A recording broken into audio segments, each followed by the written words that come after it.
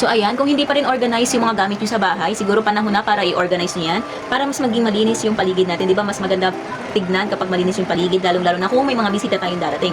So kung gusto nyo mag-organize sa mga gamit ninyo, ito yung recommended ko sa inyo, yung storage box na ginagamit ko. Kagandahan kasi sa mga ganito, mas magiging organized tignan yung mga gamit natin. Pwede rin natin siyang paglagyan ng mga emergency kit, mga first aid kit, yung mga vitamins, mga gamot, mga medicine kit, pwede natin ilagay dito.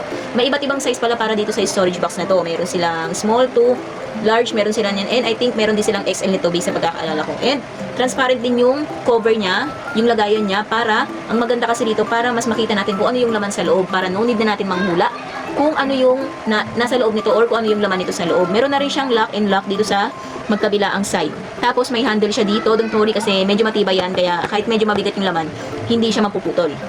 Ngayon, kung gusto niyo naman yung naka-open, meron akong recommended, yung organizer basket.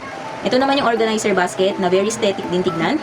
May iba't ibang color na pwedeng pagpilian, pero kung team puti kayo, don't worry kasi maraming puti na available. And may mga handle na rin siya sa gilid para if ever nabibitbitin nyo, hindi kayo mahihirapan. Medyo ano siya ha, in fairness sa kanya, medyo matibay na rin siya. Ayan o. Yan, medyo matibay na rin siya. Made in ano to ha, plastic material.